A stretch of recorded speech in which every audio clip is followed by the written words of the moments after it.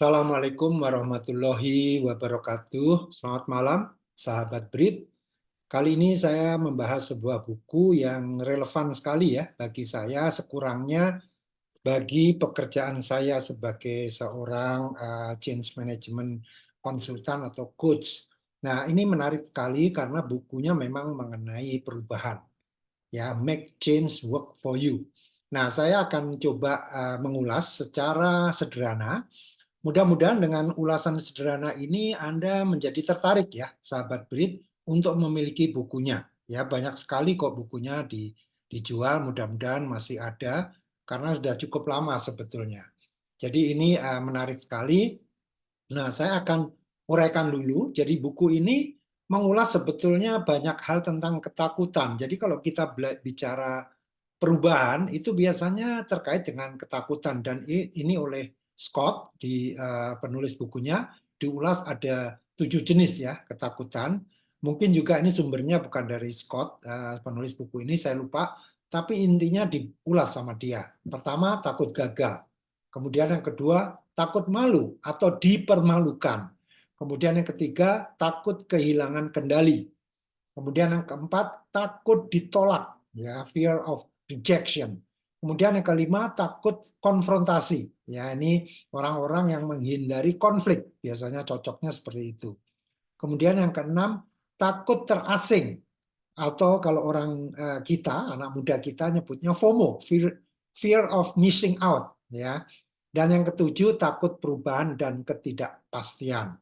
Nah, menariknya kalau saya sangat tertarik dengan frameworknya, ya, jadi namanya juga konsultan ya, jadi tertarik sekali dengan yang namanya framework. Nah, dia menyingkatnya, frameworknya itu 4 tingkat ya, disebutnya dengan fokus, engage, assess, dan react. Nah, di dalam ini kalau kita singkat itu menjadi fear. Jadi makanya saya membuat posting di BRIT tahun 2019 yang lalu, overcoming fear with fear gitu. Tapi fear-nya yang terakhir adalah singkatan ya. Diuraikan dengan fokus, engage, assess, react. Nah, maksudnya bagaimana? Jadi kalau kita menghadapi suatu ketakutan atau suatu perubahan di depan mata kita, udah fokus aja apa yang benar-benar terpenting dan apa yang bisa kita lakukan bermanfaat bagi diri kita dan orang lain. Ya, jadi kita fokus saja di situ. Maknanya apa perubahan ini? Yang kedua, kita libatkan diri, engage. Ya, jadi kalau kita terlibat dalam suatu perubahan, apapun itu, misalkan Anda bekerja di suatu perusahaan yang sedang implement ERP, ya. Nah, Anda udah lihat aja tujuannya apa dan Anda libatkan diri. Jangan, oh itu kerjaannya orang IT itu, saya nggak terlibat. Jangan. Jadi libatkan diri.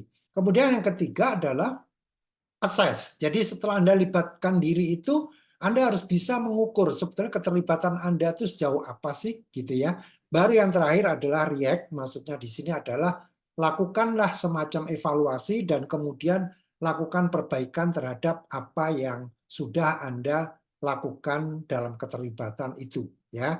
Nah, untuk lebih lanjutnya saya berharap ya teman-teman sahabat BRIT atau teman-teman yang belum bergabung dengan BRIT, silakan baca sendiri bukunya karena bukunya sangat menarik. Make change work for you. Demikian, mudah-mudahan bermanfaat. Assalamualaikum warahmatullahi wabarakatuh.